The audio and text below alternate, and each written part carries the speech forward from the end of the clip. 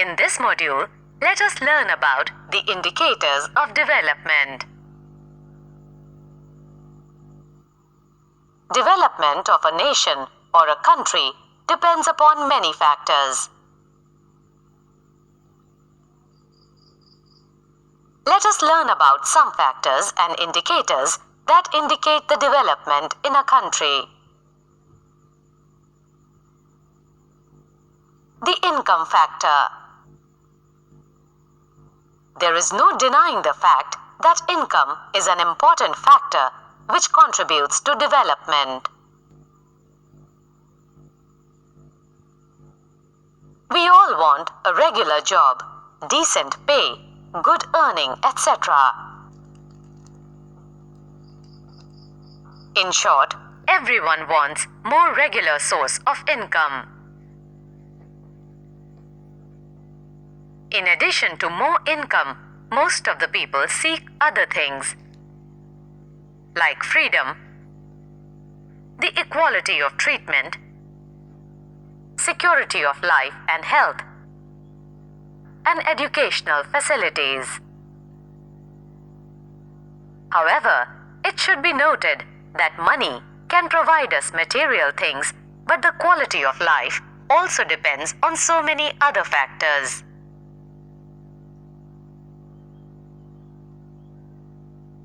Proper education of children and safety are some of the factors that are more important to people than income.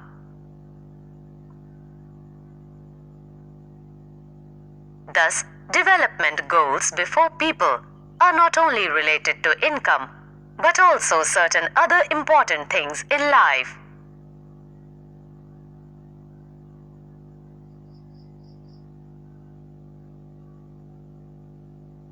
Quantity and quality go hand in hand and both amount to real development or human development. Let us understand about per capita income.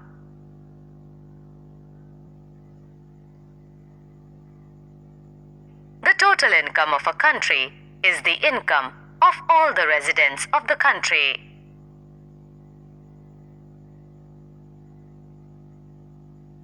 However, scholars feel that the total income is not a useful measure because it does not reflect the true standard of the people. The true criterion is the average income of the people. The average income is the total income of the country divided by the total population.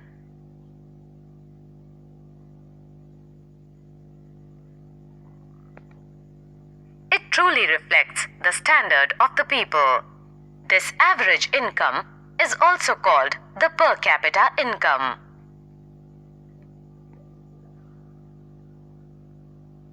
It must be mentioned here that per capita income of different countries is measured in US dollars and not in their own currencies by the World Bank, because this method makes the comparison of per capita incomes of different countries quite easy and possible.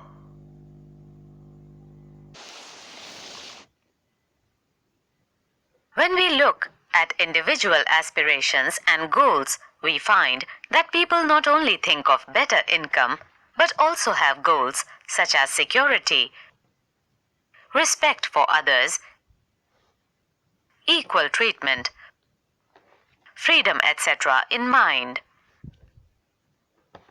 Similarly, when we think of a nation or a region, we may, besides average income, think of other equally important attributes.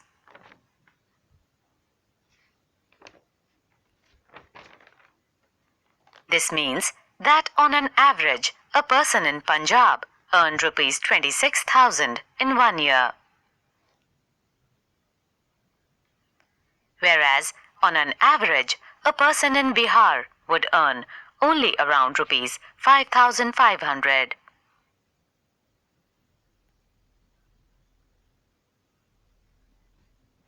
So, if per capita income is to be used as the measure of development, Punjab will be considered as the most developed, and Bihar will be considered as the least developed state of the three.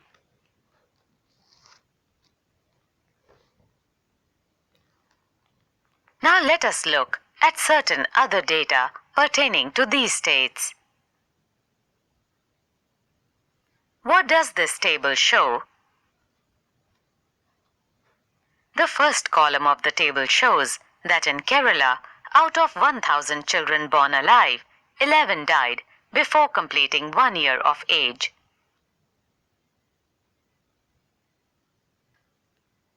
But in Punjab, the proportion of children dying within 1 year of birth is 49, which is nearly 5 times more.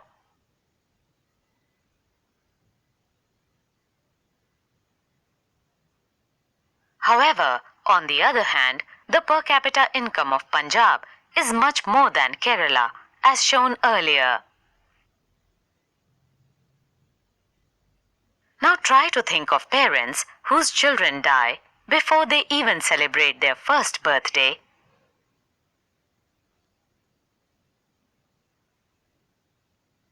How painful it must be for these parents. Next, note the year to which this data pertains. It is 2003. So we are not talking of old times.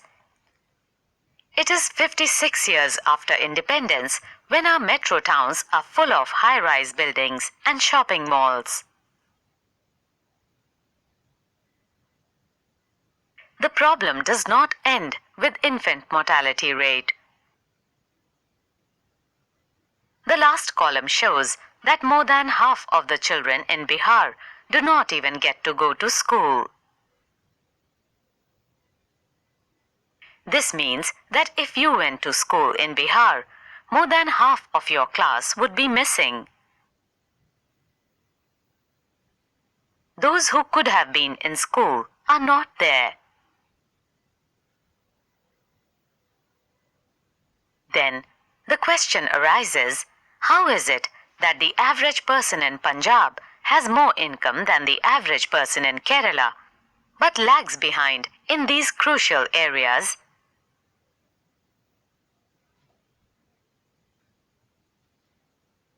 We will explore the answer in the coming modules.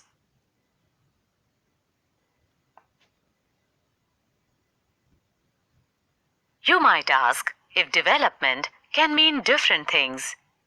How come some countries are generally called developed while the others are called underdeveloped? Before we come to this, let us consider another question. When we compare different things, they could have similarities as well as differences. But the question arises, which aspect do we use to compare them?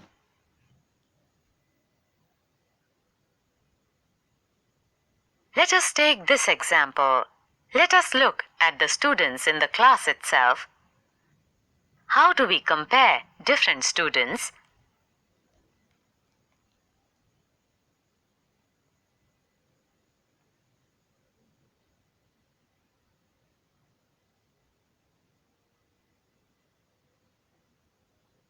They differ in their height, health, talents, and interests.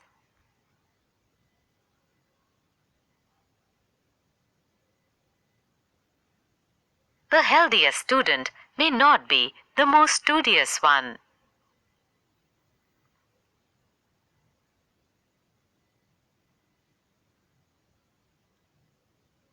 The most intelligent student may not be the friendliest one.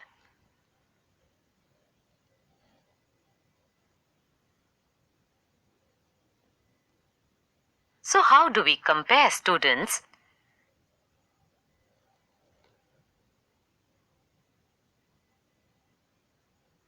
The criterion we may use depends on the purpose of comparison.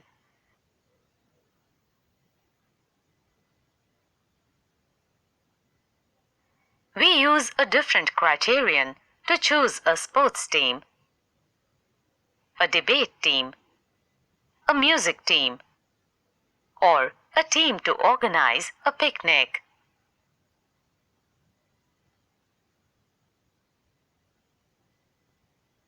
Still, if for some purpose we have to choose the criterion for the all-round progress of children in the class, how shall we do it?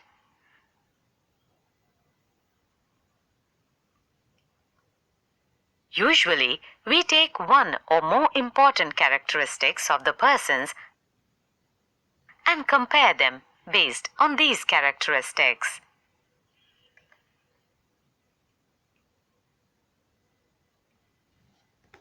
Of course, there can be differences about what are important characteristics that should form the basis of comparison. Friendliness and spirit of cooperation, creativity, or marks secured.